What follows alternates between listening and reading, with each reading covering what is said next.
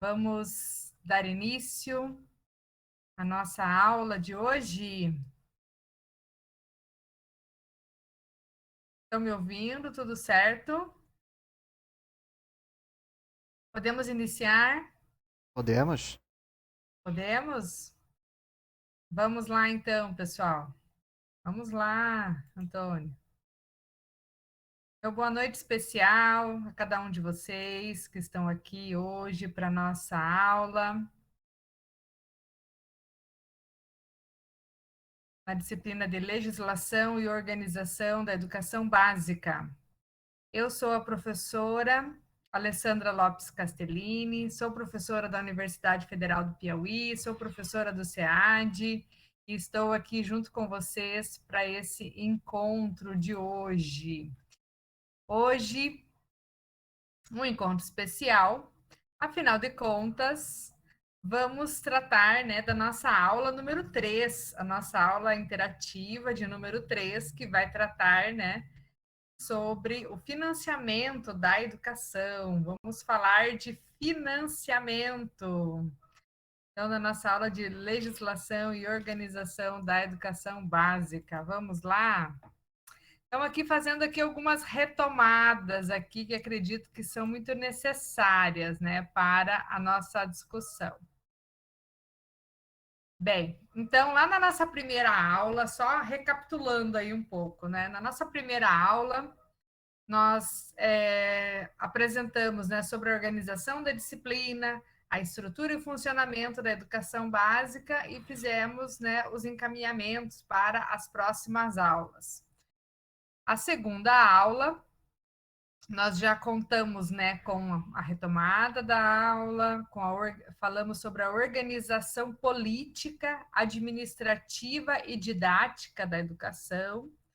E também tivemos, né, o último momento para fazer alguns encaminhamentos, né, sobre as atividades avaliativas, fórum de discussões, né, atividade para vocês postarem lá no SIGA, bem como também alguns informes. E hoje, né, para a nossa terceira aula, nós temos aqui também uma breve retomada que estamos fazendo aqui nesse início. Depois, vamos tratar, né, sobre o financiamento da educação básica no Brasil.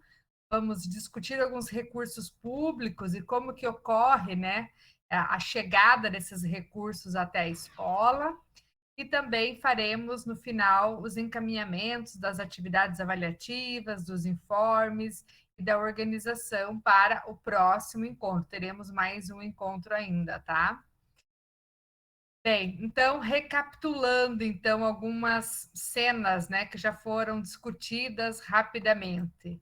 Então, na unidade 1 dessa disciplina, nós pudemos tratar sobre a relação entre o Estado, educação e sociedade, discutir as transformações da sociedade contemporânea, bem como compreender o direito à educação, o dever de educar, identificar também algumas influências internacionais na atual proposta de educação, como a gente pôde perceber nas aulas anteriores.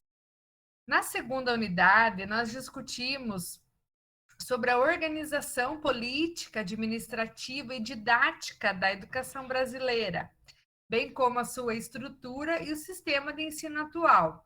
Então, nós pudemos discutir, né, sobre como se dá a organização da educação no Brasil, a educação básica, né, enquanto dever do Estado, ela compreende as etapas da educação infantil, o ensino fundamental e o ensino médio, né?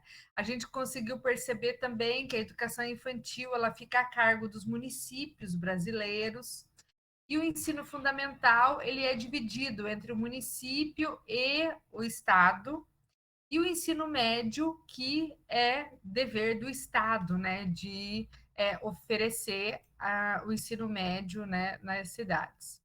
Nós conseguimos perceber também os percursos, né, da educação brasileira e também refletir um pouco, né, sobre os períodos históricos, como que começou a educação no Brasil e conseguir entender, né, que falar da educação nacional, falar da educação brasileira é pensar que é uma educação muito recente, né? Que é tudo muito recente, que a nossa educação ela começou lá com os jesuítas, né? Que ela começou a serviço, né, da igreja, da catequização.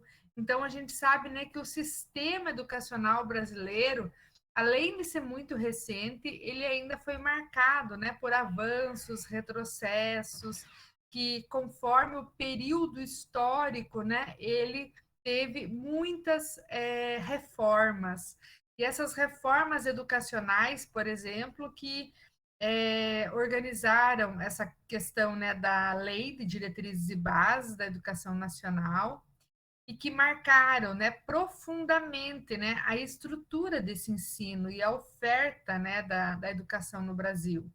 Então, a primeira lei, a primeira LDB brasileira foi lá em 1961, que era a LDB 4024/61, que trouxe, né, a estrutura do ensino primário, do colegial e do universitário, né?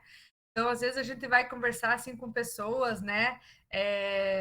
Pessoas assim mais experientes, né? Com mais idade e que comentam assim o ensino primário, né? Às vezes eu estou falando com meu pai e meu pai fala, né? Quando eu estudava no primário, né? O primário, então a gente percebe assim bem lá naquela época lá de 60, 70, né? Que tinha essa denominação. Tem como falar do colegial, né? O colegial, o ensino colegial, né? Então a gente percebe, né, que ele vem desse tempo, né? Depois nós tivemos uma reforma universitária lá no ano de 68, que foi a Lei 5.540 de 68, que trouxe uma reforma e lá em 1964, né, a partir do golpe militar, nós tivemos também muitas transformações, né, em relação a essa lei. No ano de 71, nós tivemos novamente, né, mais uma reforma educacional que resultou, né, em profundas transformações nessa LDB, que estabeleceu uma estrutura de primeiro grau, segundo grau e terceiro grau, e ampliou a obrigatoriedade de 4 para 8 anos. Então, se lá no ano de 61 só era obrigatório fazer o primário, a lei de 71 ela já dobrou, né? Ela fez aí a partir de antes era 4 anos e agora a obrigatoriedade se estendeu para 8 anos, né? Aí a gente vai ver também, né, que ela alterou os objetivos do segundo grau, que antes eram voltados para qualificação, e foram mudados para preparação. Preparação para quê? Para o trabalho. Então, lá, essa lei de 71, ela ficou visivelmente marcada pela questão da transformação. Se antes buscava-se formação específica e qualificação para a continuidade dos estudos, a partir da lei de 71, nós tivemos aí direcionamento dos estudos para o mercado de trabalho. Afinal de contas, naquele tempo do período militar, né, que teve no Brasil, da ditadura, o que havia, né? O ensino era voltado para a qualificação de mão de obra para o mercado de trabalho.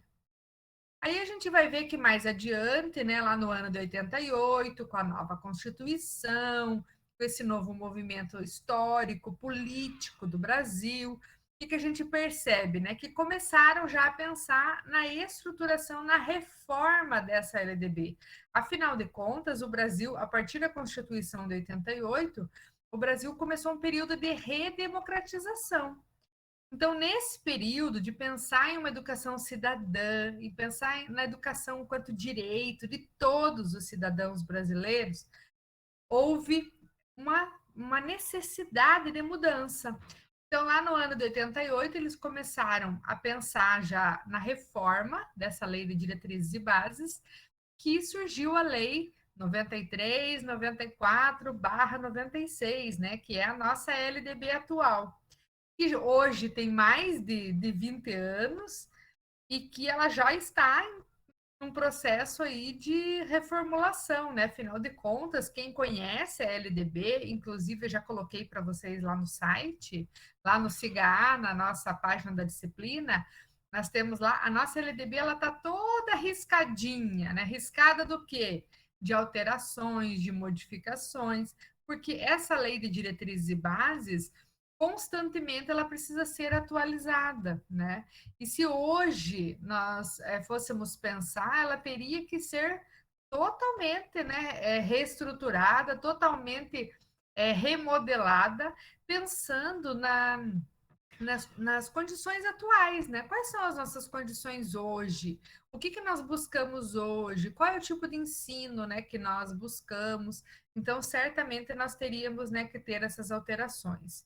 Então, lá em 96, a atual LDB, ela vem e revoga os dispositivos, né, da estrutura da educação em 2 níveis, né? E ela coloca daí como educação básica, né? E essa educação básica que compreende a educação infantil, os anos iniciais e o ensino médio.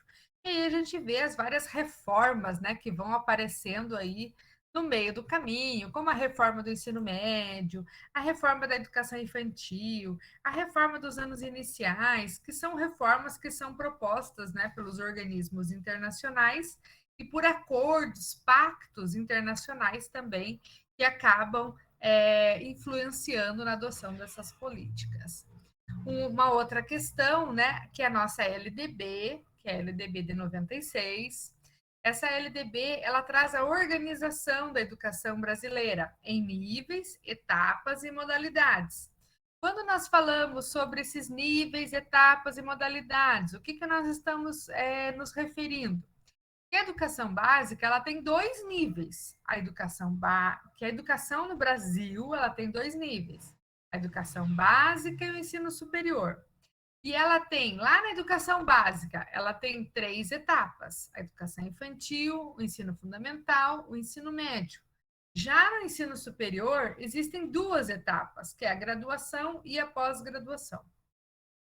Já as modalidades dizem respeito às especificidades, né, dessas etapas, que no caso é a educação especial, a educação de jovens e adultos, a educação profissional técnica, a educação à distância, a educação quilombola, né, e pensar na educação voltada, né, para um público específico, a educação indígena.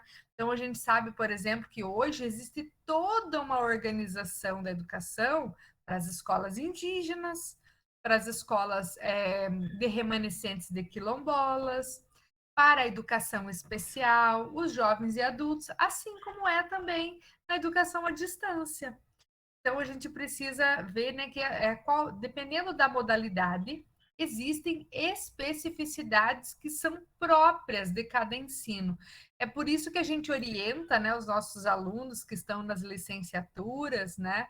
Eu sou professora do curso de pedagogia e também sempre nós fazemos essa orientação de que você precisa conhecer a sua escola, precisa conhecer os seus alunos, conhecer o público-alvo daquela educação e perceber lá na proposta pedagógica, né, dessa escola, no projeto político pedagógico, na proposta pedagógica da escola, qual a modalidade, qual a etapa, e pensar em um ensino que dê conta dessas especificidades. Então, eu vou trabalhar com ensino fundamental, então eu preciso ir de encontro com esses objetivos. No ensino médio, é outra modalidade, é outra etapa. Em relação às modalidades, é para educação especial, é com jovens e adultos, é na educação à distância, então sempre perceber quais são as especificidades, né, de cada modalidade, bem como de cada etapa ou de cada nível, né? Então a gente precisa sempre estar de olho em relação a essa organização, essa estrutura. Na aula anterior também nós falamos um pouquinho sobre 2 leis, né, que é a Lei 10.639 de 2003 e a Lei 11.645 de 2008, que são duas leis que tratam, né, sobre o ensino de história e cultura afro-brasileira e indígena, e a obrigatoriedade de trabalhar com esses dois temas em todas as etapas da educação e todas as modalidades. Então, para quem chegou agora, para quem não sabe muito bem o que, que a gente está falando, né? Então, imaginem vocês que o Brasil, né, começou lá de 1500 com os jesuítas e lá em 2003 é que foi, né, ter uma lei com obrigatoriedade do ensino de história e cultura afro-brasileira e indígena. E antes disso, não tinha afro-brasileiro, não tinha indígena, ninguém falava de nada, como que era, né? Então, para vocês verem como que esses passos, né, são, tudo caminha a passos muito lentos, e quando a gente fala, né, de educação, a gente percebe assim o quanto a gente ainda tem para crescer, para expandir, o quanto nós temos ainda para trabalhar, e tudo isso me move, né, enquanto professora, enquanto educadora, com o compromisso em relação ao meu trabalho, né? Então, nós temos aí um grande trabalho pela frente, né? Que é esse trabalho aí de estruturar, de redemocratização do ensino, de levar o maior número de pessoas possíveis, né? Então, a gente precisa ter esse comprometimento, né, profissional. Aí a gente vai ver também, né, que lá no ano de 2010, então veja, aquelas leis 2003, 2008, 2010, tivemos o Estatuto da Igualdade Racial, que é a lei número 12.288, né, que traz em um estatuto, em um documento, né, como que precisa ser trabalhado, né, a questão da igualdade de oportunidades, reconhecer todo cidadão brasileiro, independente da sua etnia, da cor da pele, o direito da participação na comunidade, nas atividades políticas, econômicas, empresariais, educacionais, culturais e esportivas, né? E nós já temos aí mais de 10 anos, né, do Estatuto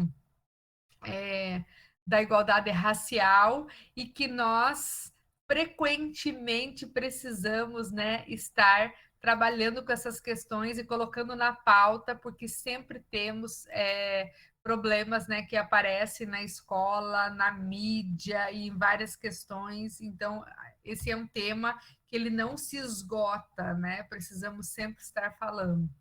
E uma outra questão é em relação à educação sobre perspectiva dos direitos humanos, da diversidade e da inclusão, que são outros temas, né, que foram abordados de 2010 para cá, e que nós temos, por exemplo, a Lei Brasileira da Inclusão, que é uma lei de 2015. Então, nós tivemos toda uma reformulação dessa lei brasileira de inclusão, e que nos traz assim alguns preceitos, né, que precisam ser incorporados na educação e necessitam ser trabalhados, né, na perspectiva, né, do trabalho realizado nas escolas, na educação, e isso em todas as modalidades e em todas as etapas da educação básica, da educação nacional, né, seja na básica ou seja no ensino superior. Então, são questões que foram acrescentadas à nossa LDB. Então, é por isso que a gente precisa estar muito atento. Por que, que tem que falar de direitos humanos? Por que, que tem que falar de diversidades? Falar de inclusão? Como assim? Eu vou ser professora de inglês. O que, que tem a ver, né? Nós temos que trabalhar isso daí sim, sala de aula, trabalhar com os nossos alunos, afinal, são temas atualidades, são temas que nos atravessam, né, enquanto cidadãos, enquanto sociedade, então precisamos trabalhar dessas questões. A partir daí, então, a gente percebe, né, que a gente fez essa reflexão na aula anterior, né, trazida pelo Demerval Saviani, né, que é preciso observar, compreender as entrelinhas, né? E que entrelinhas são essas, né? Que não basta se ater à letra da lei, é preciso captar o seu espírito. Não é suficiente analisar o texto, é preciso analisar o contexto, porque não basta ler nas linhas, é preciso ler as entrelinhas. Então, o que, que as entrelinhas, né, nos falam desses processos?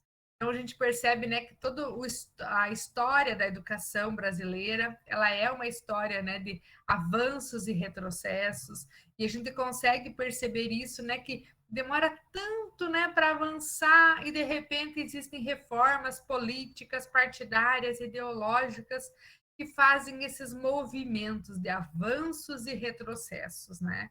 E aí a gente também fez a gente, né, refletir na aula anterior que a crise no Brasil ela não é, né, tipo assim, ela não é por acaso, né? A crise é um projeto. Por que será, né, esse projeto? Porque afinal de contas tem uma crise, aí o político se elege, vai tentar resolver, aí e esses movimentos que a gente percebe, né, que sempre estão acontecendo, né, e eles influenciam a educação brasileira.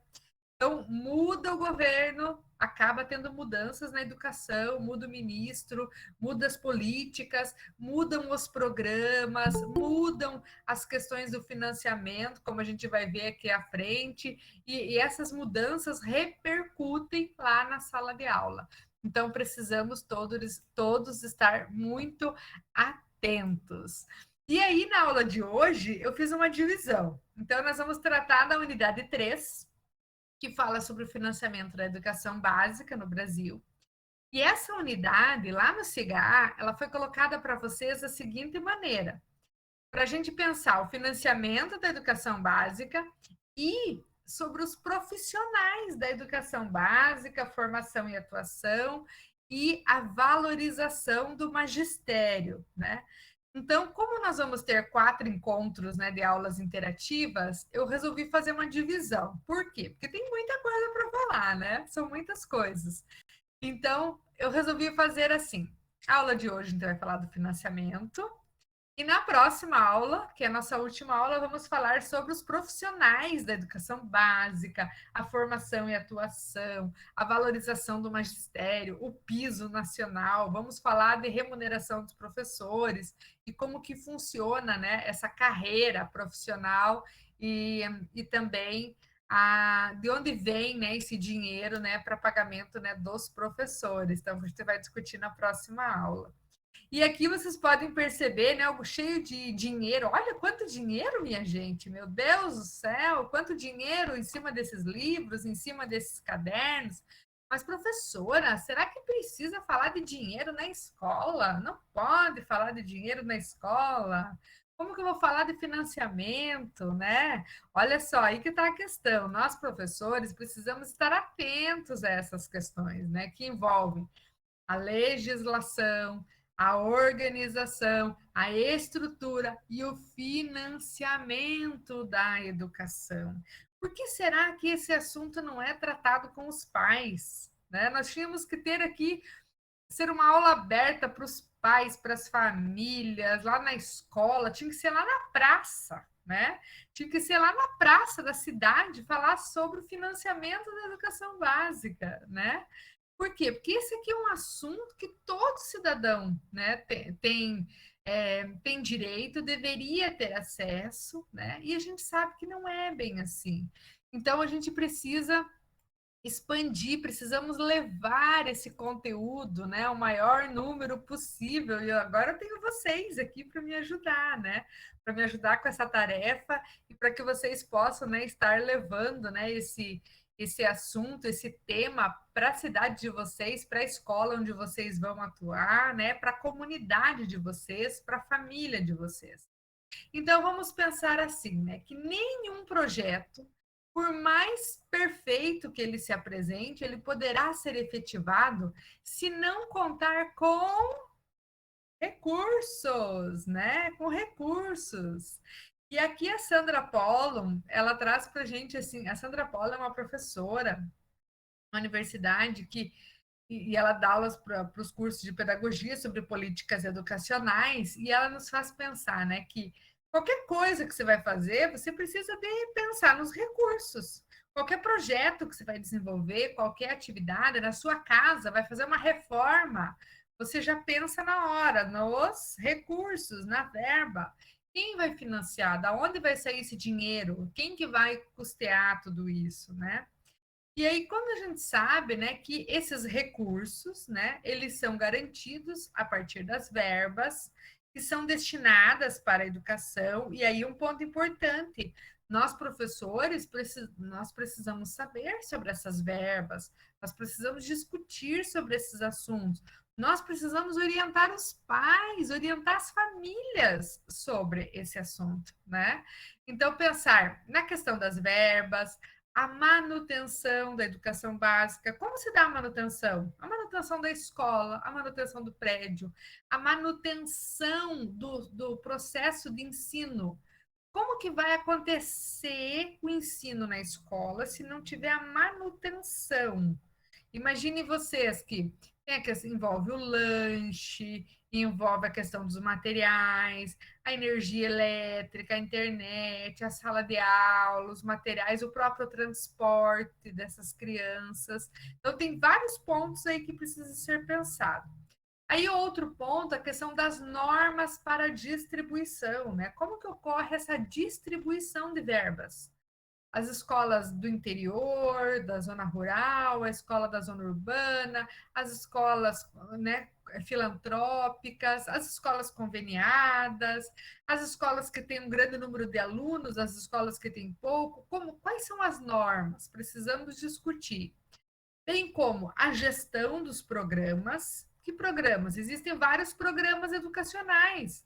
Então, tem o programa Brasil Alfabetizado, tem o programa o ProAja, tem o programa do ensino médio, tem o programa Toda Criança na Escola, tem o programa do PENAIC, e tem outros programas que a gente sabe, né? Tem o Residência na Escola, tem o PIBID, tem programa isso, programa aquilo. Como que vai acontecer a gestão desses programas?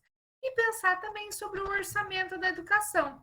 Afinal de contas, quando é tempo de eleição, ele vai lá para o centro dos debates, né? Só para vocês terem uma ideia, o Ministério da Educação é a maior pasta orçamentária do Brasil. Olha só que coisa, né? E quem que fica frente ao Ministério da Educação? Como que se dá a escolha do ministro da Educação? Como que se dá a escolha daqueles que vão ser os representantes, né? Que vão dirigir esses ministérios, que vão fazer todo esse trabalho e, de fato, fazer acontecer a educação no sistema nacional. Então, o orçamento, né, da educação como um dos maiores orçamentos do país. Afinal de contas, ele precisa dar conta de toda a educação, da educação básica ao ensino superior.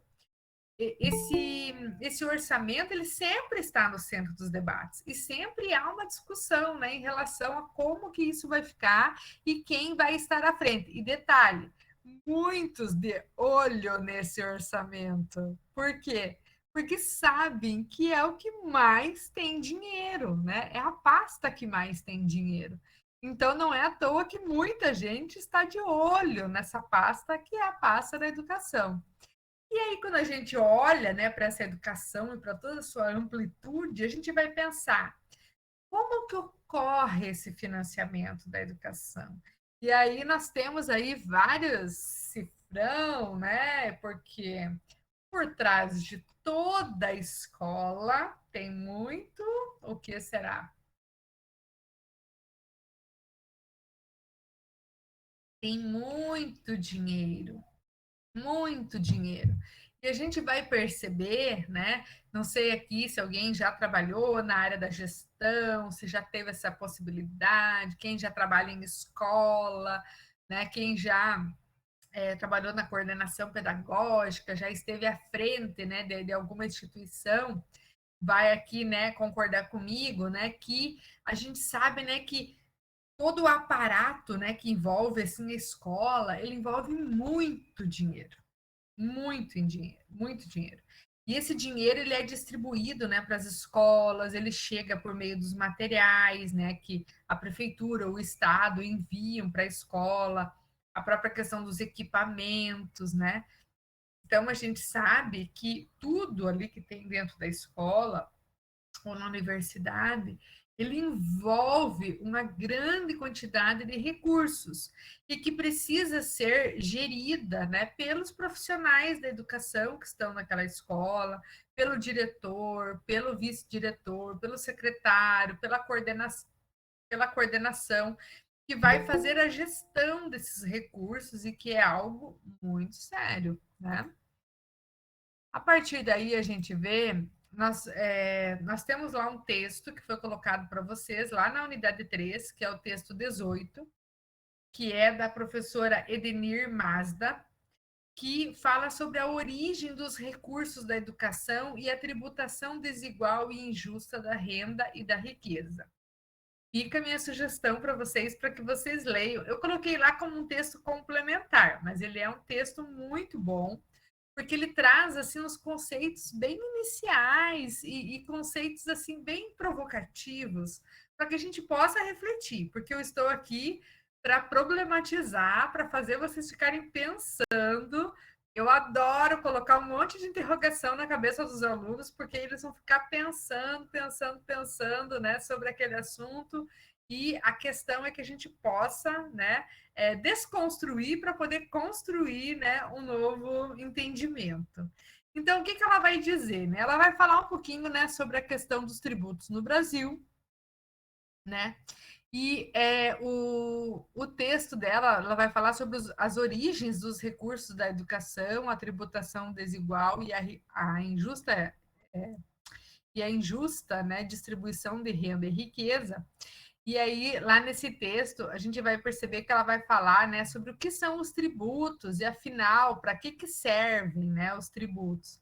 E aí, achei, assim, bem interessante, assim, essa discussão que ela traz, né, porque quando a gente pensa, assim, o financiamento da educação, é a prefeitura que tem que bancar, o Estado, né, o presidente tem que dar o dinheiro, os governadores precisam liberar verba, né?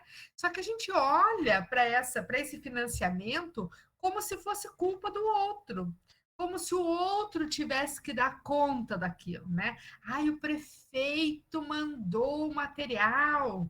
Ai, graças a Deus, o prefeito mandou o lanche, comprou o lanche das crianças, né? Então, a gente percebe, né, que alguns pais, né, às vezes até alguns professores, né, comentam, né, assim, que como se fosse a cargo de alguém, né, como se fosse o prefeito, como se fosse diretamente o governador, ou como se fosse diretamente o presidente. E, na verdade, assim, a gente precisa desmistificar, né, algumas questões. Então, primeiramente, é pensar que como que acontece a arrecadação dos tributos, né, no Brasil? Né? Então, os tributos, eles são os impostos, né? São as taxas, né? São as taxas, são o dinheiro, né, que é gerenciado, né, da entrada, né, de tudo que é receita, tudo que é entrada para os governos. Nós sabemos, né, que a questão dos tributos, dos governantes, né, desde lá da Bíblia, né, a gente vê histórias, né, de governantes, né, que tinham 100 vacas e que uma tinha que ir para o rebanho do rei, né? Afinal de contas, eram os tributos da época, eram os impostos, né? E o que, que a gente percebe, né? Que dessa origem, né, dos tributos, a gente vê que os brasileiros, né, nós brasileiros, todos nós somos contribuintes, né? Afinal de contas, todos os serviços que envolvem os serviços públicos, eles são pagos com os tributos que os brasileiros e brasileiras eles pagam ao governo. Então, quando a gente compreende, né, que todos nós somos todos contribuintes. Então, até o nosso nome tinha que ser assim, né? Os contribuintes, né? Contribuinte Alessandra, contribuinte Hércules, contribuinte Glória, contribuinte a Luana, a Paloma, todos contribuintes. Até interessante, né? O tempo que eu morei lá em Portugal, lá existe o número de contribuinte.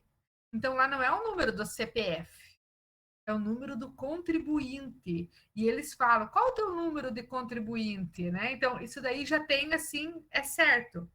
Você precisa ter um número de contribuinte, porque você é um contribuinte.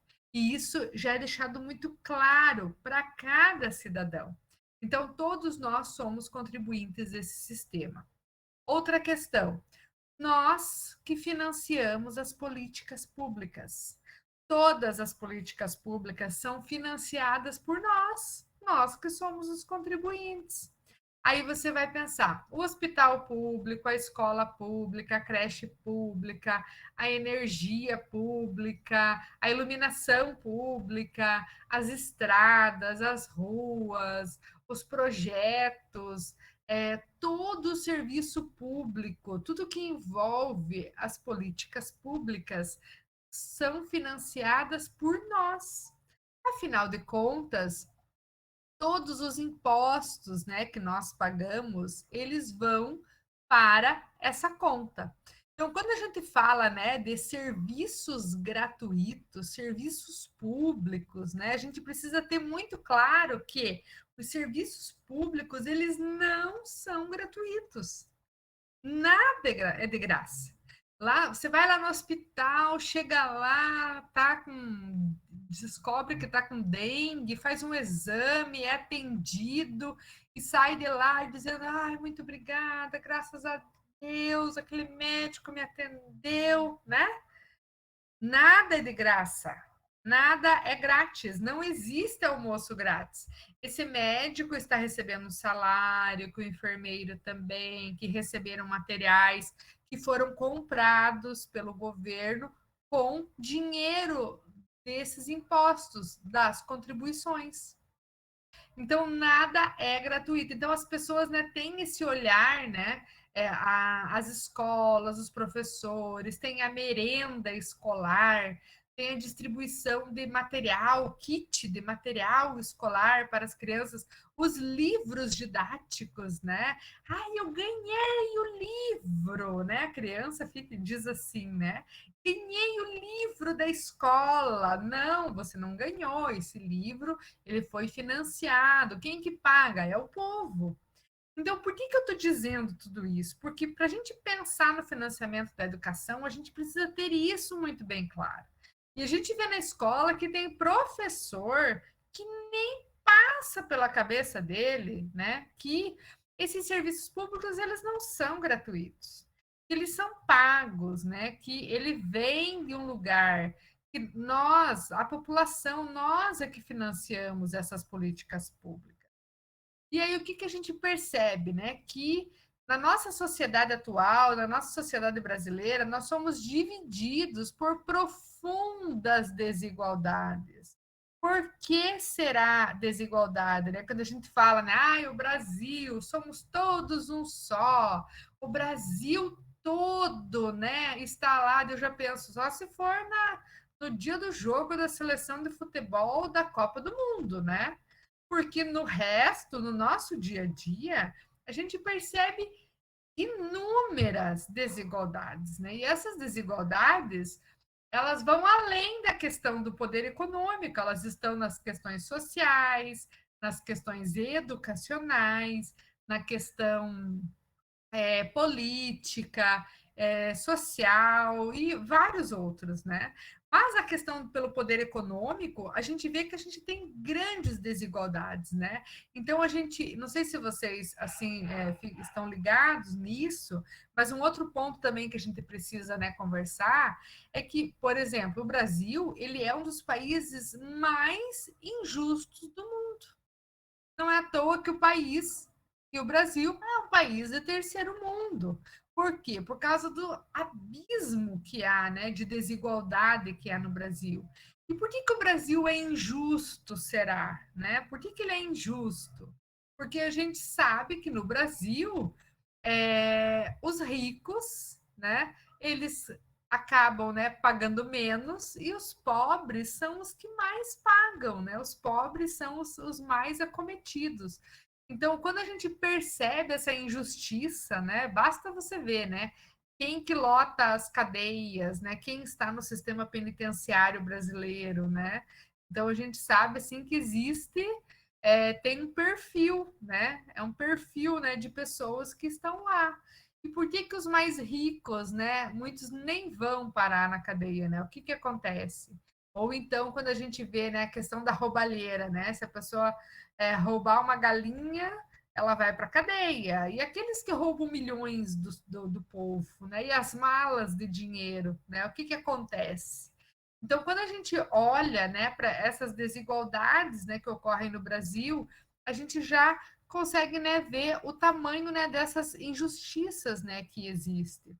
E aí o que que a gente vai ver, né?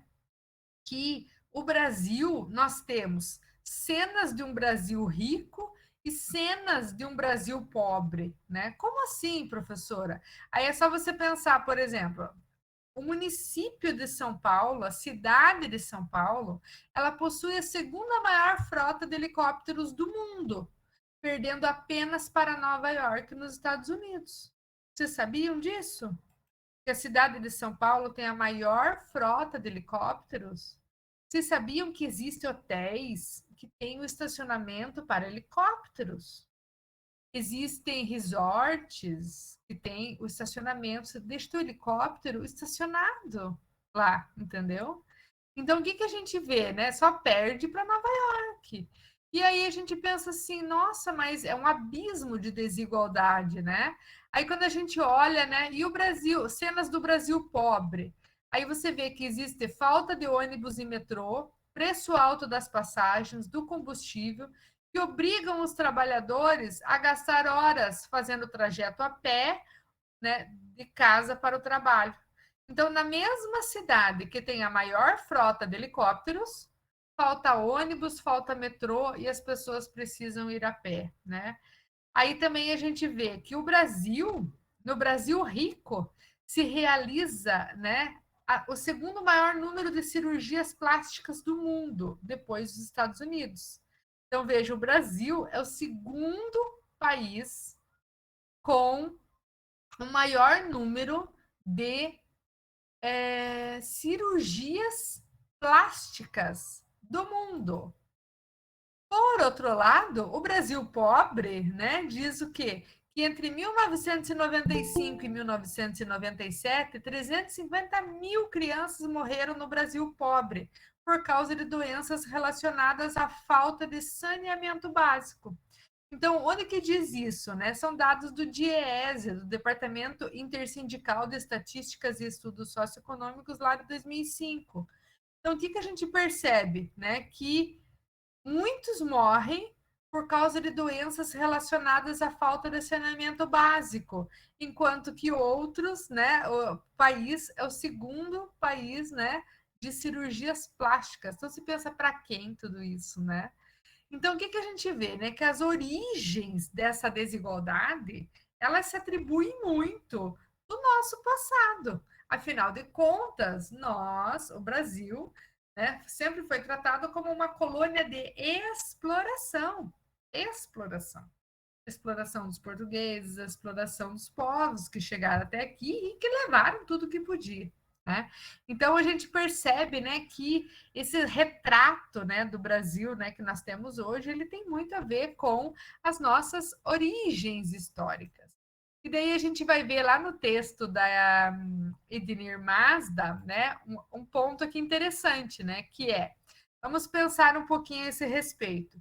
Para ajudar a diminuir a desigualdade social, as pessoas mais ricas deveriam pagar mais tributos proporcionalmente às suas rendas e posses, e os pobres menos. Não é isso, no entanto, que ocorre no Brasil.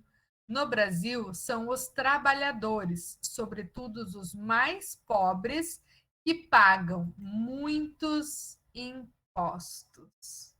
Olha só que coisa, né? As pessoas mais ricas seriam aqueles que teriam que pagar mais tributos. Igualmente são as suas rendas.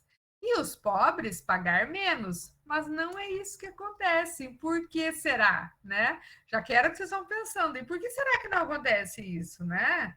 No Brasil, Sabe aquela história onde o rico fica cada vez mais rico e o pobre cada vez mais pobre?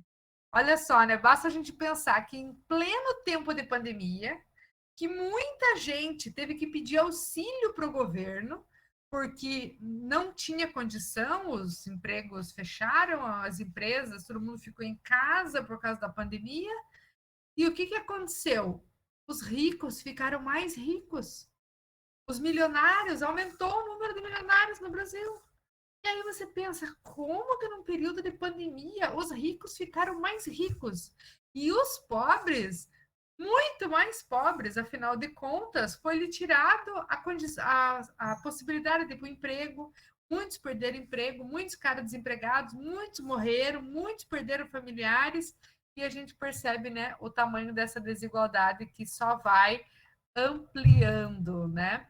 Um outro ponto, quero que vocês vão pensando aí, ó, já vão assim, ó, vão com a cabeça assim, ó. Tem uma outra questão, né? Olha só, lá o Antônio Carlos está contribuindo já também aqui, né? No Brasil temos um tributo chamado Imposto sobre Grandes Fortunas, só que não funciona. Afinal, né? Quem que vai querer um imposto sobre grandes fortunas, né? Olha só. Vamos pensar, né? Imagina, né? Imagina.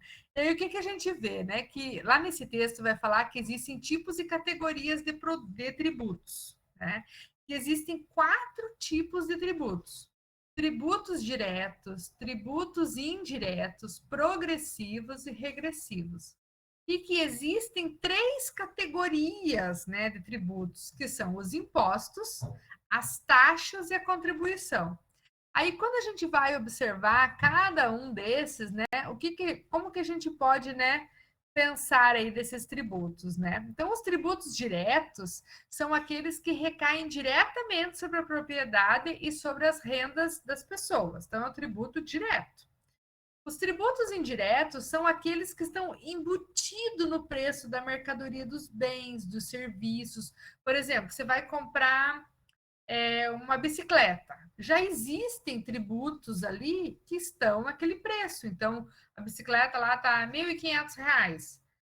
Ali você já sabe que já tem impostos ali que já estão nesse preço. Então, são tributos indiretos. Existem ainda os tributos progressivos, né, que são proporcionados à riqueza, à renda. Por exemplo, o valor das posses das pessoas. Então, quem tem mais deveria, né, pagar mais. Então, por exemplo, a pessoa assim que recebe 10 salários mínimos, ela vai ter um desconto maior. Ou então, a pessoa que tem um imóvel, né, vai vender lá um imóvel, R$ 500.000, o imposto dela vai ser maior. Agora, se o teu imóvel vale R$ 2.000, aí o teu imposto vai ser, né, dependendo do valor das suas posses. Temos também os tributos regressivos, que são iguais para todos os contribuintes. Os pobres e os miseráveis pagam a mesma coisa que os mais ricos. Dá para acreditar numa coisa dessa? Os pobres, os miseráveis pagam a mesma coisa. E aí basta você pensar, quando você vai lá comprar arroz, feijão, vai comprar carne, vai comprar o seu leite, vai comprar ovos no supermercado, já tem os tributos. Os tributos já estão embutidos já nos preços. Então, lá nos Estados Unidos, por exemplo, você vai comprar uma garrafinha de água e lá está escrito assim: água, 60 cêntimos. Centes. E 20 centes são impostos. Então, você sabe o quanto que tem de imposto de cada produto. Você vai comprar um tênis, está lá o preço do tênis, $15.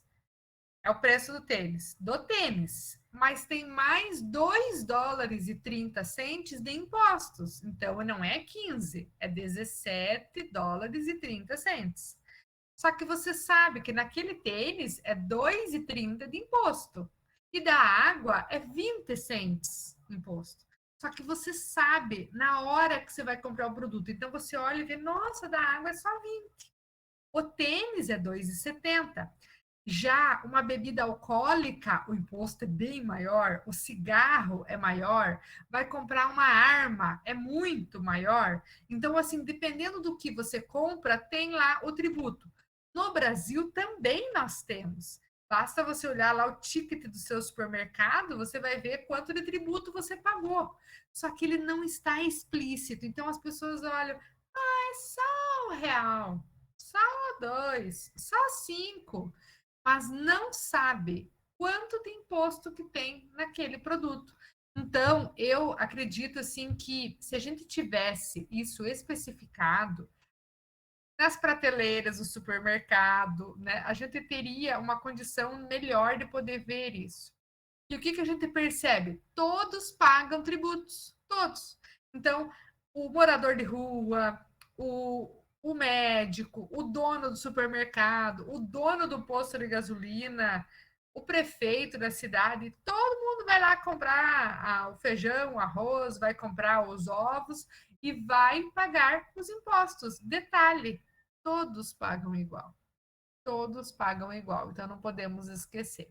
Aí quando a gente fala a respeito, né, das taxas, né, das categorias, então nós temos os impostos, a taxa e a contribuição. Então, os impostos, eles são os mais importantes, né, tributos de volume de arrecadação. Então, a gente vai ver que o Brasil é o campeão dos impostos, né? Então, nós temos impostos de tudo quanto é jeito. Tem para dar e vender. Tem tanta sigla que a gente nem sabe do que é tanto, né? Mas a gente sabe, assim, e cada vez eles estão achando uma forma de tributar, de trazer impostos, né? E de achar. Então, a gente sabe que 90% do orçamento dos governos estaduais e das prefeituras, eles são arrecadados dos impostos. Já as taxas, elas são tarifas públicas que são cobrados em troca do fornecimento de alguns serviços, como um documento, uma segunda via, para retirar um passaporte, para fazer uma certidão, para fazer uma certidão de nascimento, uma certidão de casamento, uma certidão de óbito, para fazer um inventário, para fazer, para pedir a taxa lá para ligar a energia elétrica na tua casa, para ligar a luz, para desligar. E essas outras taxas, né? A taxa da coleta do lixo, a taxa da iluminação pública, a taxa da limpeza urbana, todas essas são taxas, né? São tarifas públicas e são cobradas em troca de alguma coisa. Então, por exemplo, nós temos aqui a taxa aqui em Picos, eu estou aqui na cidade de Picos, nós temos a taxa da iluminação pública. Mas, olha, vou contar para vocês, eu tenho medo de sair na rua a pé, assim, à noite, porque tem muitas ruas que não têm energia. Então, por exemplo, uma mulher à noite sair sozinha, não recomendo, né? Então, a gente teria que ter a cidade toda iluminada. E não é o caso. Nós sabemos, né, que as ruas centrais do centro da cidade são ruas que estão mais iluminadas. As avenidas públicas são mais iluminadas, mas ainda, né, tem ruas que não temos essa taxa. A partir do momento que você paga uma tarifa pública de iluminação, você teria que ter iluminação na cidade toda, né? Mesma coisa em relação à taxa do lixo. Você paga a taxa de coleta de lixo. E o lixo que quando não passa o lixeiro? E quando fica esse lixo 4, 5 dias na rua, né? Então tudo isso a gente precisa, né, pensar e também reclamar os nossos direitos. E o outro tipo, né, de categoria são as contribuições. E contribuições são essas, são os tributos, né, cobrados, é, a questão, né, dos cidadãos beneficiados de imóveis, né, quando tem a questão da valorização, da pavimentação, melhoria urbana, uma obra pública. Por exemplo, vamos fazer asfalto numa rua lá. Então, vai ter que ter a contribuição. Os moradores daquela rua vão ter que pagar por aquele asfalto. Então, tem uma melhoria, mas vai ter que pagar. Quando tem o saneamento, o esgoto, né? Então, vai ter esgoto, vai passar naquela rua, ai, que coisa boa, agora vai ter esgoto, sistema de esgoto. Vai ter que ser pago. Então, alguém vai ter que pagar. Então, a gente sabe, né, que são melhorias, mas essas contribuições depois vai lá com o IPTU, né, com as taxas, né, que as pessoas precisam pagar. Então, o que, que a gente percebe, né, que existem, né, diferentes tipos aí, né, de contributos, diferentes tipos, né, de taxas, várias categorias, mas aí a gente vem, mas será que tudo que existe é tributado? Será que tudo no Brasil inteiro, tudo que você pensar, assim, ele pode ser tributado? O que será que vocês acham? Será que tudo é tributado? A gente sabe, né, que ainda restam poucas atividades que nós podemos fazer que ainda não precisam pagar tributos, como, por exemplo, respirar, tomar sol, rir, dar abraços, namorar. Olha aí, ó. Eu acho que é mais ou menos isso, ó. É mais ou menos, é isso. Ainda não paga, tá? Ainda, ó. O pessoal aqui tá rindo aqui no chat, aqui, ó. Namorar tem tributo? É, dependendo do namoro, pode ser que às vezes custa caro, né? É, custa caro. Mas olha só, no lanche, né? Ó, vai levar a namorada para lanchar, o tributo já fica lá no lanche, né? Mas ó, respirar, tomar sol, né? Ainda não paga, tá? Mas outras atividades, né? A gente sabe que a gente vai passar por essa tributação. Olha só, né? A gente vai passar por essa tributação. Por quê? Por causa que o governo, né, ele está de olho, né, em tudo que puder tributar. Veja só, né? Agora tem energia solar, né? E o povo feliz da vida, né? Porque o sol ninguém paga, né? Já estão querendo tributar até o sol. Vocês já viram uma coisa dessa, gente? Eu falei que pobre não tem um dia de sossego nessa vida, né? Corre lá, faz um sistema solar e agora o governo já está estudando como tributar o sol. Pensa que coisa, gente, né? Veja, já é tributada a água, é tributada a energia, né? É tributada tanta coisa, né? E agora a questão, né, do sol também, que ó, já estão de olho aí, né, para tributar o sol também, né? Daqui a pouco o ar também será tributado. Vamos ficar de olho, né? Então, o que que a gente vê, né? No Brasil, tudo, a maioria é tributado. Então, o consumo de mercadorias, bens, serviços, os trabalhos, o salário, né? As propriedades, patrimônio, renda, é, o comércio exterior, toda vez que você importa, que você exporta algum bem, todos, né, passam, né, por situações de tributação, bem como as operações financeiras, né? Então, aqueles que dão cheques, quando você vai no banco, passa o teu cartão, né? Feliz da vida, fazer um débito. Agora o povo está fazendo Pix, tá todo mundo feliz com o Pix, né? Mas também já vão tributar esse Pix aí, né? Já vão ficando de olho, né? A questão do cartão de débito, o crédito, passou na maquininha, né? E o governo, né, quer fazer um arrastão, né? Hoje nós já sabemos que para fazer transferências bancárias precisa pagar, vai comprar dólares, vai trocar a tua moeda, tudo tem imposto, né? Tudo existe, né? Imposto. Vai financiar, vai fazer o um empréstimo, vai fazer, vai trocar de carro, vai investir na bolsa de valores, vai na casa de câmbio, a questão dos trabalhos, né? A contribuição, os impostos, né? É, de bens e direitos, imposto de renda, contribuição social, IPTU, IPVA, né, dos carros, ICMS, o IPI, meu Deus, né? São tantos tributos, né, que a gente sabe, né, que praticamente tudo é tributado. E aí, olha, mais uma questão, né? Olha aí, é verdade. E aí, o que que a gente pensa, né? Mais uma questão aqui para a gente pensar. E os tributos são mais pesados para os mais ricos ou para os mais pobres? O que que vocês acham? Aí tem aquelas pessoas que dizem assim: ah, o pobre, o coitado do trabalhador, ele nem tem carro, não paga IPVA, não vai pagar tributo, né? Ele vai pagar bem menos do que um rico. Imagina lá, né, um rico que tem 3 carros, que tem iate, que tem fazendas, que tem um monte de coisa, né? O que vocês acham? Será que esses tributos, eles são diferenciados?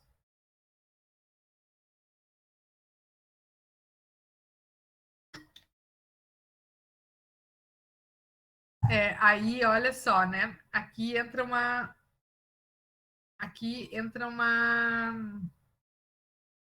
questão assim, né, bem interessante assim, né, para a gente pensar, né? Que os tributos mais pesados, né, aqui no Brasil, como eu falei para vocês, não é à toa que é um dos países mais injustos, né, do mundo. Então, o que a gente vê, né? Que os impostos, né, no Brasil, a taxação, ela ocorre maior sobre mercadorias, produtos e salários. Então, veja, se o maior, a maior arrecadação no governo é de mercadorias, produtos e salários, então, a gente já pode pensar, né, que quem paga mais é quem mais consome. E quem que mais consome, né? Quem que tem lá toda semana que ir para o mercado, que ir para a feira, que tem que comprar produto, tem que comprar comida, que tem que comprar bens, que tem que comprar produtos. E são nesses produtos que está a maior arrecadação. Então, os ricos, geralmente, os ricos, embora eles também gastam, eles também, né, têm, só que basta você ver quem tem as famílias mais numerosas, né? Quem que precisa ir toda semana para o mercado atrás de comida para dar de comer aos filhos? Quem que precisa, né?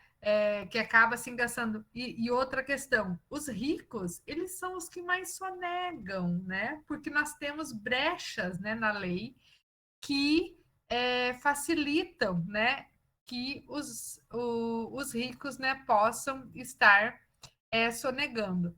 Então, aqui no texto, lá no texto 18, vocês olhem lá, façam esse acompanhamento, vocês vão observar lá. A receita tributária é de 2005, ó, isso aqui já faz tempo já, mas só para vocês terem uma ideia, até teria que pensar agora em algo mais atualizado. O que a gente vai observar? 47% é tributação indireta, que está embutida no consumo de bens e serviços, mesmo naqueles de primeira necessidade. É o feijão, é o arroz, é a carne, são os ovos, é a energia, e por aí vai.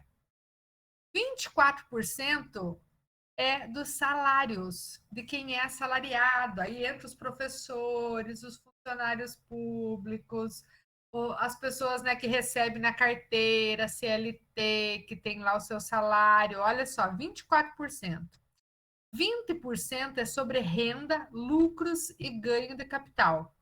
5% sobre transações financeiras. Hoje, que todo mundo paga via internet, via cartão, assim, muito mais que 2005, esse valor é muito maior para o governo. E 3% sobre patrimônio e propriedade e 1% sobre comércio internacional. Aí você pensa, nossa, mas o Brasil tem tanta plantação de soja, de milho, o Brasil é exportador. Cadê o dinheiro dessas tributações do comércio exterior, do comércio internacional, né? Aí, né, de quando a gente conta para as pessoas, né, que sabiam que a exportação ela é isenta de tributos, né? Aí a gente pensa assim, meu Deus, imagina lá o cara, né? Exporta milho, soja, não sei o quê, agro é tech, agro é pop, agro é isso, agro, feliz os agros, né? Os agros todos felizes, né? Por aí, né? Olha só, 1% só de imposto, por quê? Porque a maioria é isento, né? Então, imagina que maravilha, né? Ai, que vontade de plantar soja, que vontade de plantar milho, né? Plantar, vender tudo para o comércio exterior, né? Olha que coisa boa. Aí a gente vê, né, sobre os patrimônios e propriedades, né, apenas 3%. Daí você pensa, nossa, mas as pessoas vendem terra, vendem casa, vendem isso, vendem aquilo, mas a maioria, né, acaba achando meios, né, de não pagar, né, todos os impostos, né, que são necessários, né.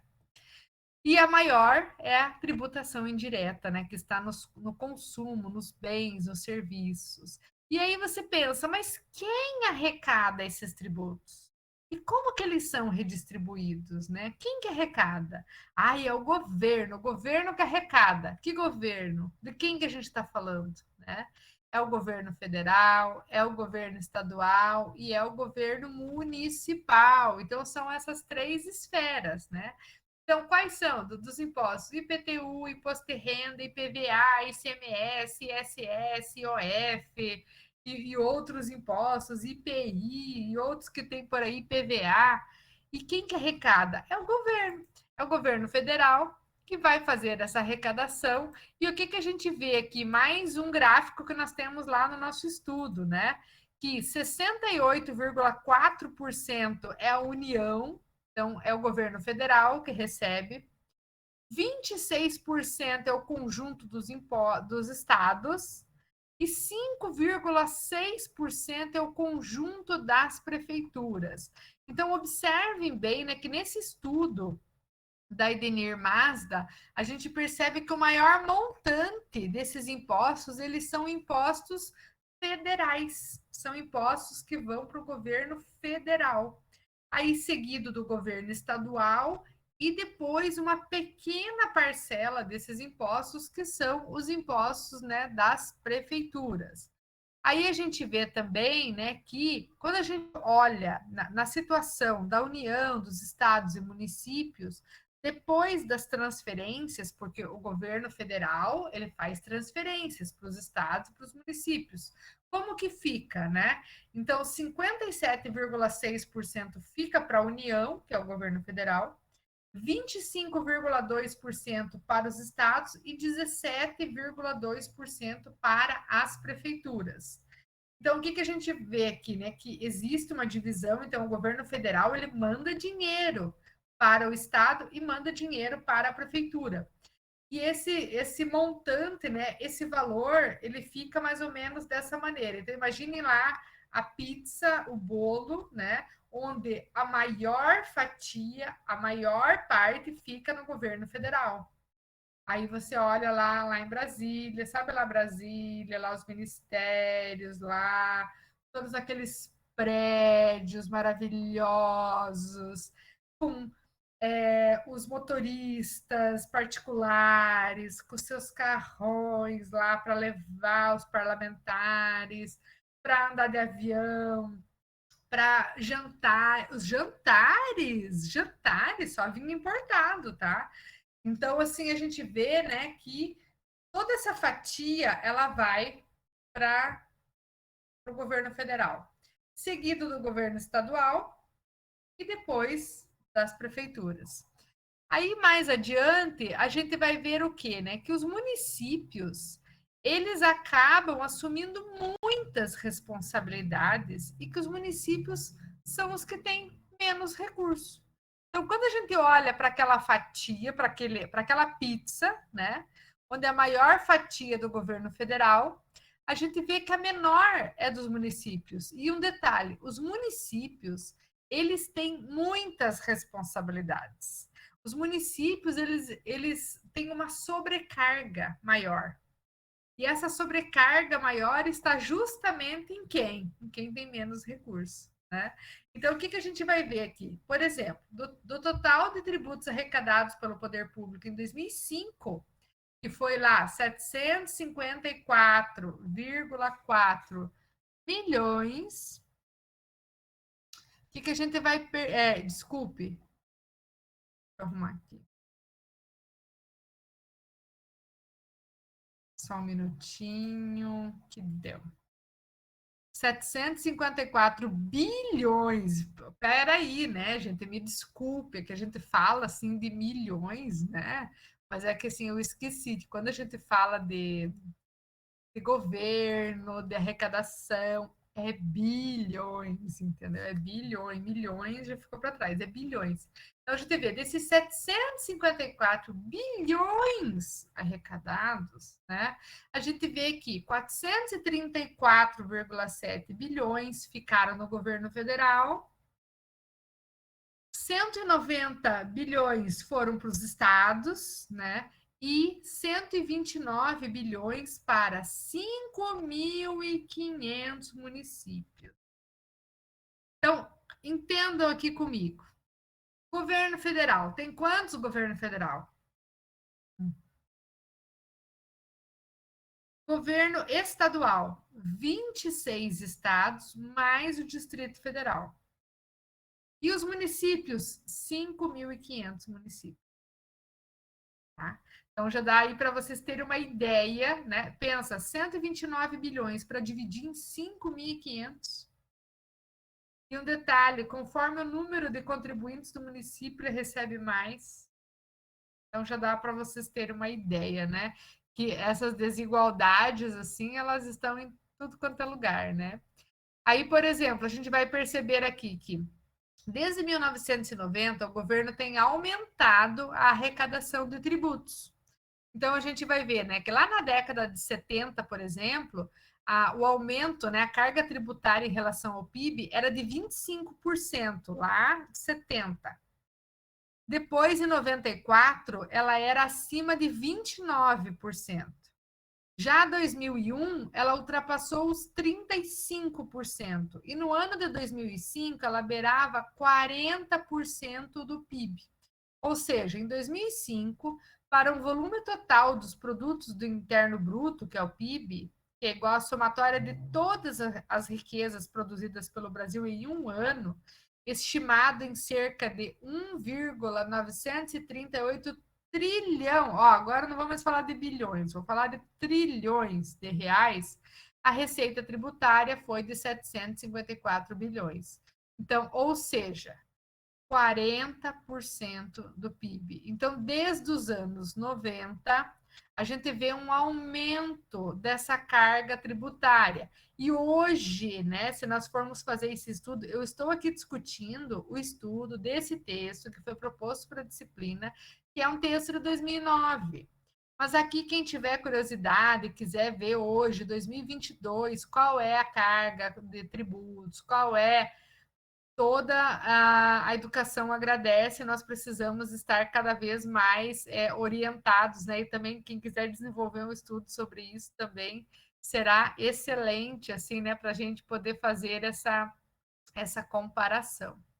E aí a gente vai ver, né, que os tributos que pagamos, eles servem para financiar as políticas públicas, né? Já que os tributos, eles estão aumentando, gente, desde 1990 eles só aumentam, né?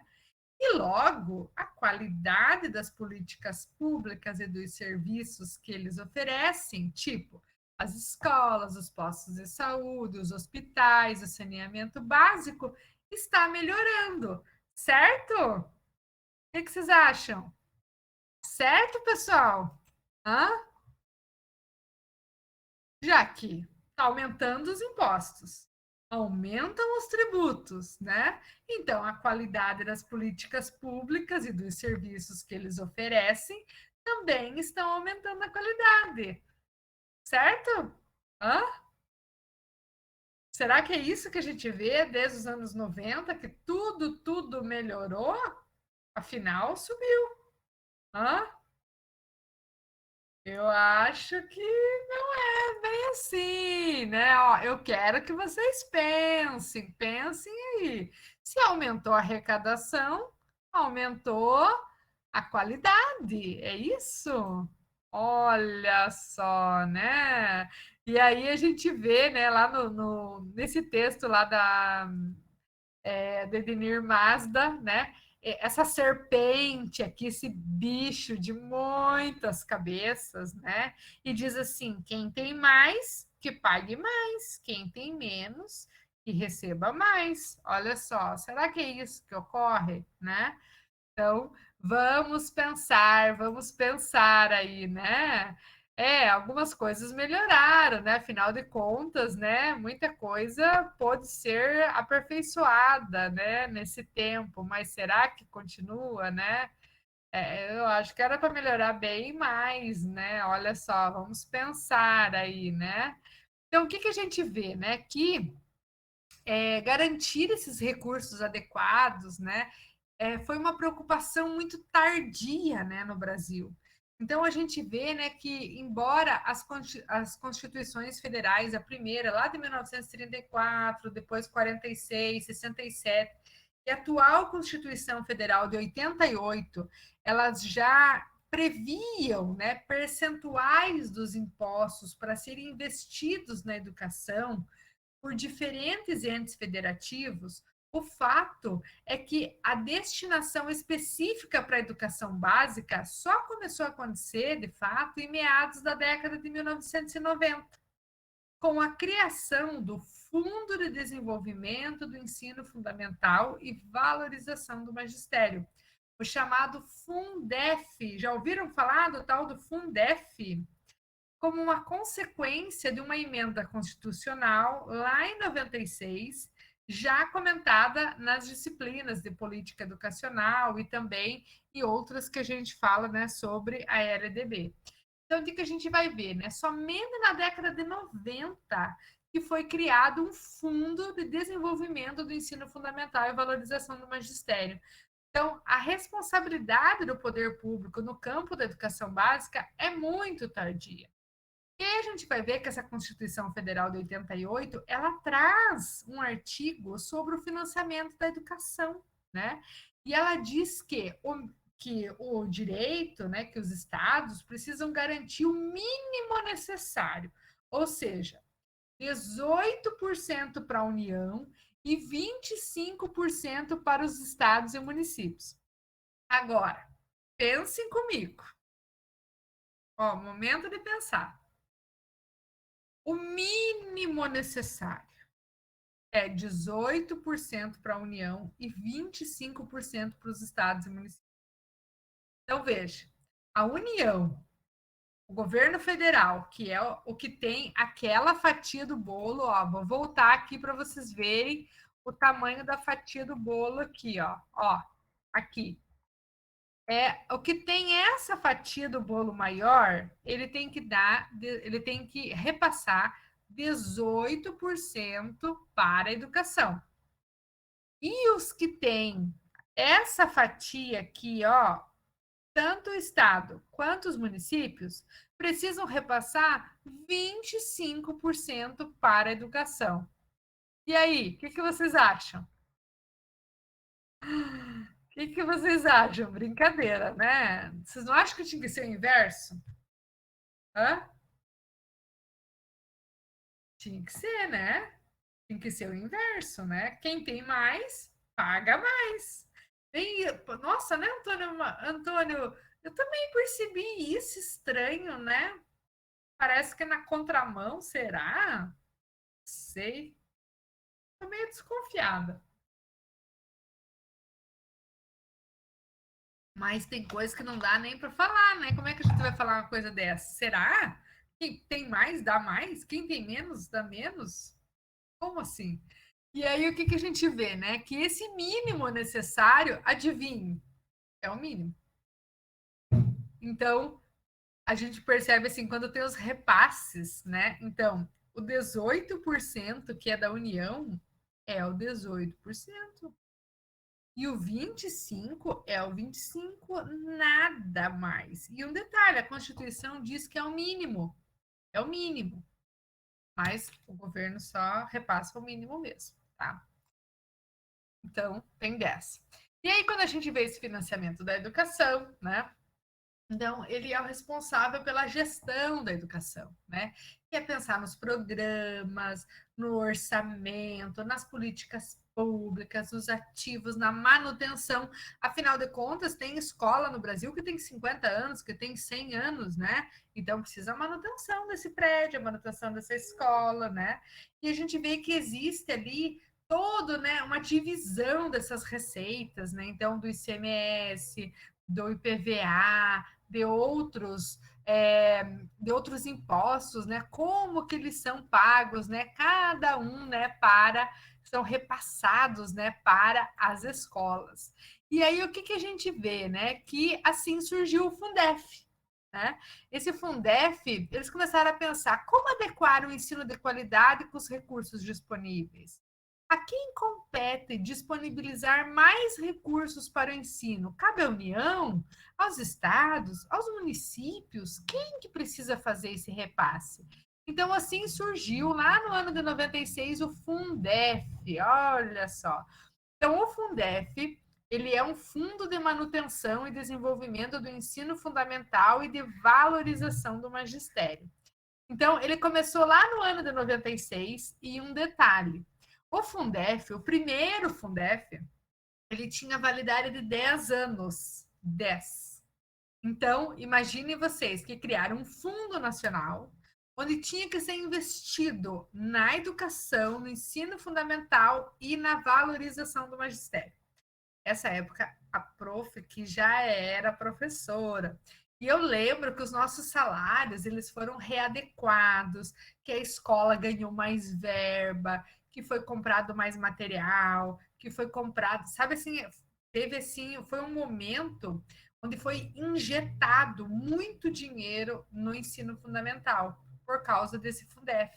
Então foi uma política pública lá no ano de 96 e ele valeu por 10 anos. Quando foi chegando ali o ano de 2006, o que eles viram? Esse fundo estava acabando e teriam que pensar em reformular mais um fundo, mais um plano. E aí é que surgiu o Fundeb. Então, tiraram o F do final, colocaram o B. Por quê? Porque aí ficou do ensino, não era do ensino fundamental mais, era da educação básica. Porque antes a gente falava ensino fundamental e agora é educação básica. Então, o Fundeb, ele foi um plano, né, que ele durou de 2007 a 2021, até o ano passado. Tinha este Fundeb. O que diz esse Fundeb, né? Qual que é a diferença de Fundef e de Fundeb? Vamos ver lá, né? Então, o Fundef, né, com F no final, ele foi de 1996 a 2006. A meta dele era a valorização do magistério e por isso que surgiu o piso nacional. Sabe aquela história do piso nacional que colocou um piso para que todos os professores do Brasil tivessem um salário, um piso salarial. Afinal de contas, o que eles descobriram, né? Que tinha professor que ganhava R$ 1.500 por mês e tinha professor lá do fundão, lá do interior, que ganhava 350. Então, o que eles viram? Que era preciso estabelecer um piso nacional, teria que fazer, né? Olha aí, ó, teria que fazer um reajuste para que esses professores pudessem receber esse piso nacional de valorização do magistério. Então, por exemplo, eles viram que todo professor ele tem aquele valor que precisa receber. E aí o que acontece? Que quando aumenta o salário mínimo, precisa aumentar esse piso do salário dos professores. Aí aparece lá, né, o prefeito que ele deu aumento para os professores. Não, minha gente, ele está cumprindo a lei. Existe a lei nacional do piso salarial, entendeu? Então, por exemplo, existe um piso salarial. Tem um piso salarial das domésticas, tem um piso salarial do torneiro mecânico, tem um piso salarial dos professores, existe um piso salarial dos enfermeiros, existe um piso salarial de médicos. Vocês sabiam? Existe um piso salarial. Então, por exemplo, um médico, tem lá o médico que ganha R$ 15.000. Nossa, o médico ganha 15 mil, o mínimo. Então, vai ser médico, né? Vai lá estudar, vai ser médico, vai ganhar R$ 15.000. Esse é o exemplo. E Não pode acontecer do médico ganhar R$ 500 por mês. Não, porque existe um piso salarial. Então, todos esses são exemplos, né? Então, a meta do Fundef era a valorização do magistério e foi instituído um piso nacional. E ele abrange todo o ensino fundamental. Então, ele era voltado desde a educação infantil até os anos finais do ensino fundamental. Já o Fundeb, eles fizeram um novo fundo. Então, a vigência dele era de 14 anos, então o primeiro foi 10. O segundo foi 14 anos, e ficou nesse período, de 2007 a 2021. A meta, a valorização dos profissionais da educação. Quem? Todos os profissionais da educação básica, todos da educação básica. E abrange toda a educação básica nacional. Então, a gente vê assim que ele ampliou, ele houve uma ampliação. Mas, professora, e daí? E agora? É o quê? É Fundef, é Fundeb, é o que que é? É Fundeb. E lá em 2021, bem no tempo da pandemia, aquele caos verdadeiro, adivinhem, foi reformulado o Fundeb, né? Foi reformulado. E aí, como que funciona? Já vou falar para vocês sobre essa reformulação aqui, ó, né? Que tem o novo Fundeb, já vou falar disso. Mas como que vocês, eu quero que vocês entendam aqui como que funciona essa distribuição dos recursos do financiamento da educação básica. Então, existe o Fundeb, que ele é o Fundo de Manutenção do Desenvolvimento, né, de Ensino, onde 25% dos impostos e transferências recebidas dos estados e municípios precisam ser repassados para a educação, 25%. E existe uma complementação da União. E o FNDE, ele é responsável, né, a União, estados e municípios, pelo salário educação e outras contribuições sociais, como transporte escolar, merenda escolar, uniforme escolar, dinheiro direto na escola, entre outros. Então, veja só, o Fundeb, ele vai cuidar do salário dos professores e do desenvolvimento das escolas, o fundo de manutenção das escolas. E o FNDE, ele vai cuidar do salário educação, de contribuições sociais e do transporte, da merenda, do uniforme. Então, já vai pensando aí. Lá no meu município, tem uniforme para as crianças? Tem transporte escolar? Tem dinheiro direto na escola? A escola recebe verbas para fazer projetos, para fazer as coisas? Só para vocês já irem pensando. Ai, lá no meu município é pobre. Não tem uniforme. Ai, o prefeito quer dar, mas não tem. Essa verba, FNDE, é um fundo nacional que manda dinheiro para os municípios. Tem transporte escolar? Para quem que é feito esse transporte? Tem merenda? Essa merenda chega para as crianças? Existe a verba, que são direcionadas, tá? E aí o que, que a gente vê? Essa transferência da arrecadação, né? Então, toda essa arrecadação que acontece nos municípios, nos estados, da União, elas são repassadas. Então, como que acontece? A União, ela faz o repasse para os estados e também para os municípios, a partir do fundo de participação, né, dos estados e vai para o fundo de participação dos municípios. Então, todo dia 30 do mês, o município recebe uma verba, né? Recebe um montante. E esse montante são os repasses feitos dos estados, feitos, né, da União, do governo federal, dos estados para os municípios. O mínimo, né, do financiamento na educação, esse mínimo ele é 25%, né? Então essas transferências elas vão para os municípios e eles precisam ser repassados. Aí a gente vê, né, a questão da divisão de responsabilidades, né, pela educação do Brasil, né? Então, o município, lembrando que ele vai cuidar da creche, do ensino fundamental, então são 14 anos da educação básica ficam a cargo do município. Já o Estado, ele cuida, né, ele vai gerir os 3 últimos anos da educação básica, que é só o ensino médio. E a União, ela vai ser responsável pelas universidades e 12% do ensino médio e técnico nos institutos federais e nos Cefetes. Então, quando tem Instituto Federal do Piauí, Instituto Federal do Ceará, a gente sabe que é o governo federal que vai mandar verba para esses institutos, bem como para as universidades.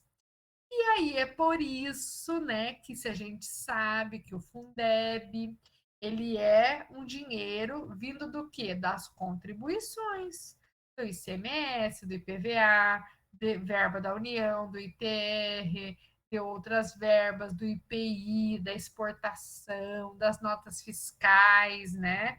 Do imposto arrecadado pela compra e venda de serviços, né? Então, todo esse montante vai para a cesta do Fundeb. E aí, o que a gente precisa, né? Estar de olho nesse Fundeb. Por que será, né? Porque esse fundo, ele precisa, né? Ele precisa, né, de todo um trabalho de fiscalização. Então, esse fundo, essas ações, o que pode ser feito com esse dinheiro, elas estão todas especificadas lá na LDB de 96, lá no artigo 70. Então, para que serve esse dinheiro?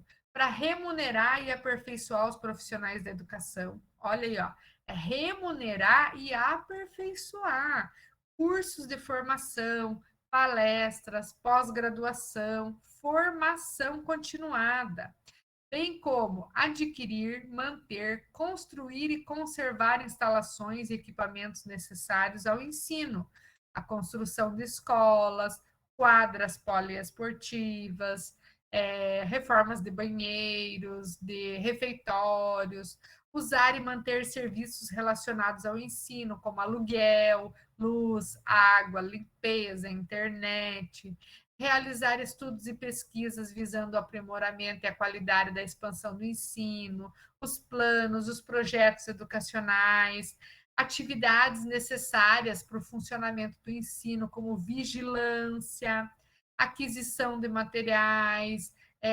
Lá, às vezes, né, tipo, eu trabalhava num colégio que tinha que ter guardião, tinha que ter cadeado no portão, tinha que ter câmera de segurança. Então, todas essas questões é desse dinheiro. Conceder bolsas de estudos a alunos de escolas públicas e privadas. Então, assim, bolsas de estudos, né? No caso, para alunos que não têm vaga, ou então ajudar aquelas crianças que não conseguem se manter na escola, adquirir material didático escolar, compra de materiais, manter os programas de transporte escolar, manutenção de veículos e por aí vai. Então a gente vê, né, que como eu estava comentando, então toda essa verba, todo esse material, né, ele tem um destino, ele é distribuído, ele tem um destino certo. E de 2021 para cá, nós tivemos um novo Fundeb, olha só. Tinha o Fundef, depois o Fundeb, e agora é um novo Fundeb. Então, esse novo Fundeb, o que aconteceu? Ele tem uma maior participação da União, então, que antes era de 18%, né, de 10% a 18%, agora ele vai aumentar para chegar até 30%, né? Aí ele também vai ser mais abrangente, ele vai ter novos recursos e um detalhe, ele será permanente. Então, se antes ele era de 10 anos, depois 14, agora ele vai ser permanente em lei. Então, quais são as novidades, né, do novo Fundeb? Olha só, né? Aqui daí assim mais uma coisa maravilhosa, né, para vocês verem. Sabe a LDB de 96? A LDB, ela foi aprovada, sabe quando? Lá no dia 22 de dezembro de 1996. Imaginem vocês, 22 de dezembro. Ó, semana do Natal. Quem que está interessado em saber da lei que está sendo aprovada da educação? O professor está tudo de férias, tá? O povo está lá na semana do Natal, pensando em comprar o peru de Natal e os presentes para botar embaixo da árvore. E a LDB foi aprovada 22 de dezembro. Pensa. Aí o Fundeb, o novo Fundeb, sabe quando que ele foi aprovado? 27 de dezembro de 2021. Vocês sabiam disso? Eu fiquei sabendo esses dias. Sabe por quê? 27 de dezembro, vocês acham que eu estava aí para o que o governo estava fazendo?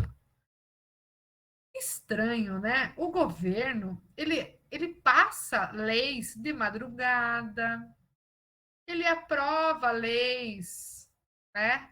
Na calada da noite, na madrugada, quando o povo ninguém tá nem aí, o povo na véspera do Natal, depois do Natal. Estranho isso, né? É estranho. Essa nova lei do novo Fundeb, ela foi aprovada no dia 27 de dezembro de 2021. E quais foram essas alterações, né? A complementação de recursos para municípios mais pobres. Então, é bom, né? Aumentou o financiamento para a educação infantil, então, ó, um ponto bem interessante, né? Pensar aqui. Então, tem mais verba para a educação infantil. Estimula a oferta de formação técnico e profissional no ensino médio. Por que será que teve aí novo ensino médio, né? E toda uma discussão agora, né, do novo ensino médio, porque o novo Fundeb, ele traz, né, ele estimula essa formação técnica e profissional.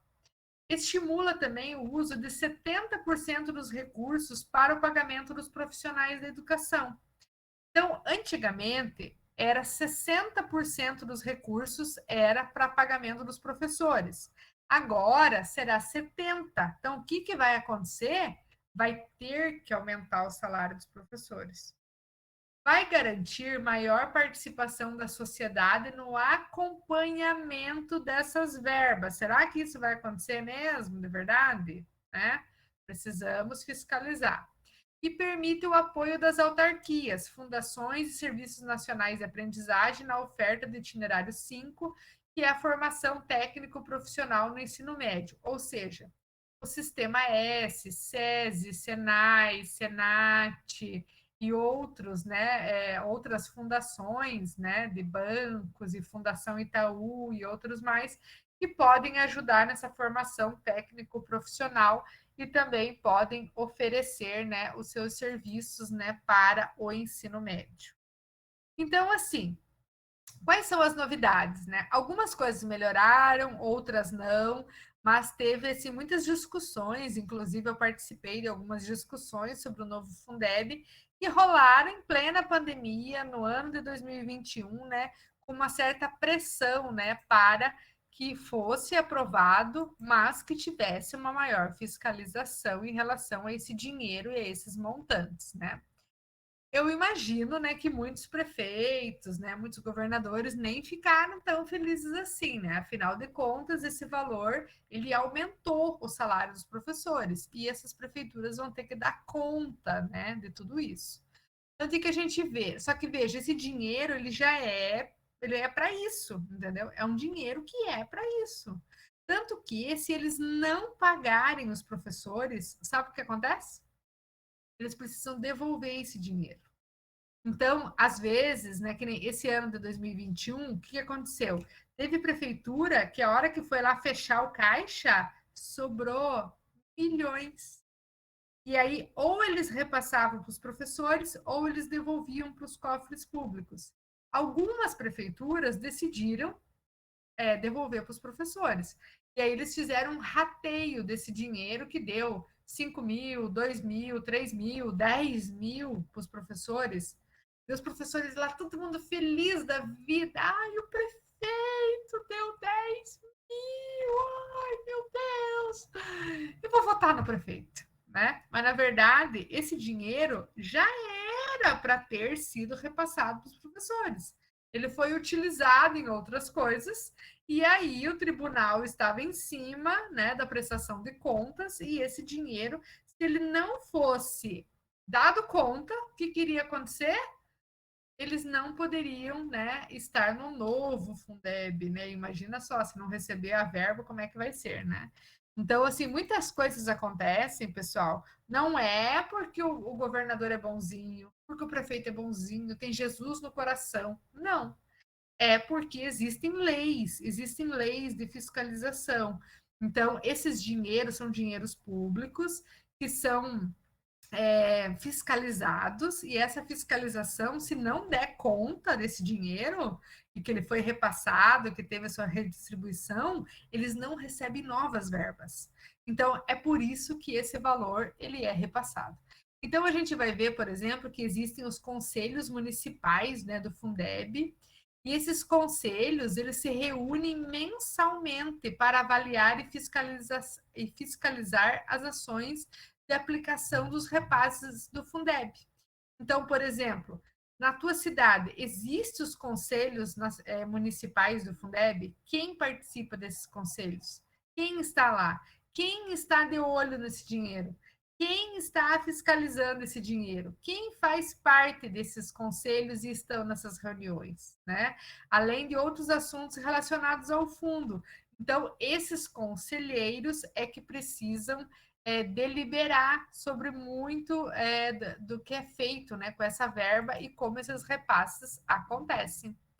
Então, é por isso, né, que embora, né, devamos trazer o Saviane de novo aqui para nos ajudar a pensar, né, que embora os recursos do Fundeb permitam atender um maior número de alunos, as condições de ensino, o que a gente observa? Que elas ainda são muito precárias, pois a maioria dos professores trabalham com contratos de hora-aula, com turmas numerosas, ministram um número de aulas excessivo durante a semana, buscando melhorar os salários que recebem dos estados e municípios. Ou seja, mesmo com o Fundef, depois o Fundeb, né, a gente vê que ele permitiu atender um número maior de alunos e mais matrículas, aumentou o número de matrículas e por aí vai, mas as condições ainda são precárias.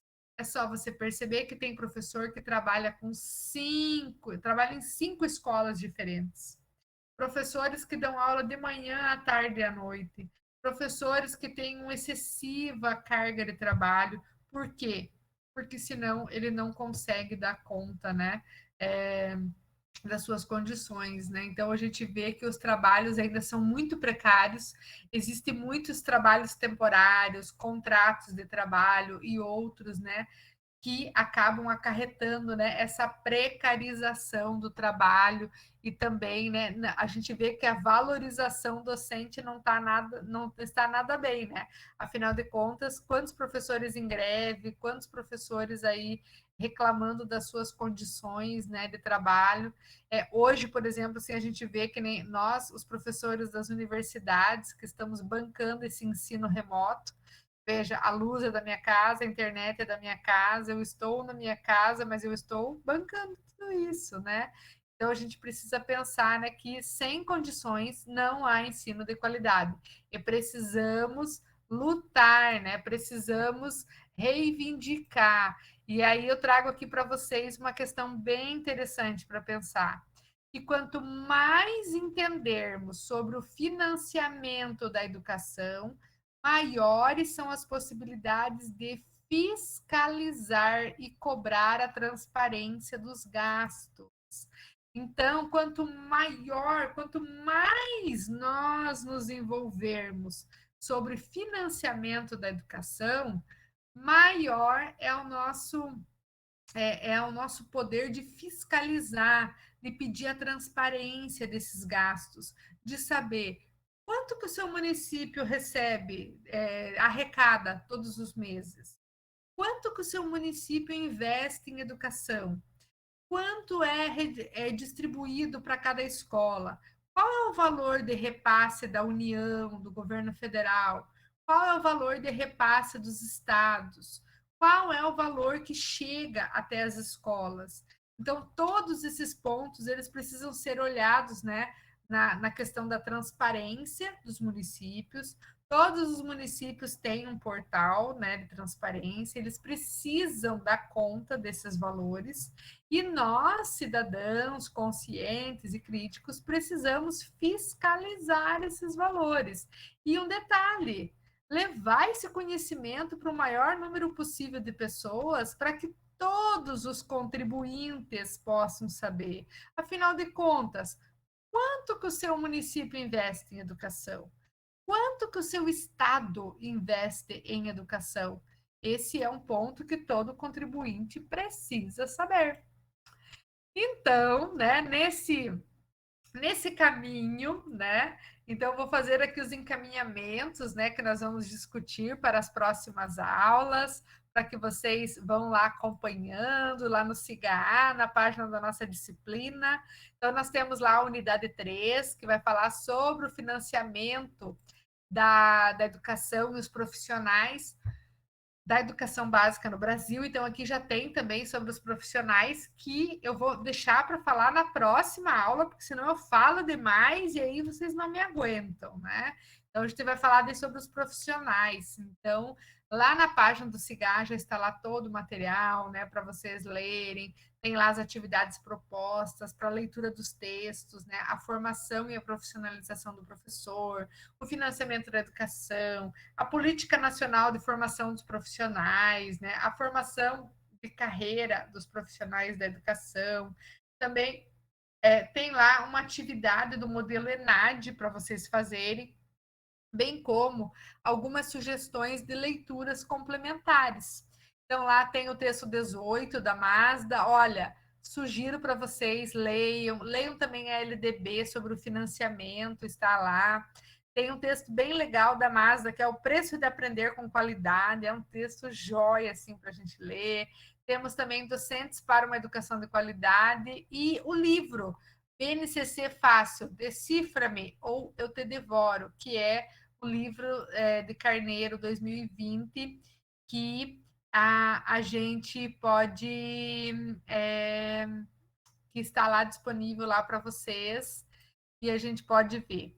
Também nós temos, né, nesse período, nós vamos ter a avaliação da disciplina, que já está marcada, já está prevista, mas ainda não está marcada. Nós vamos ter uma avaliação.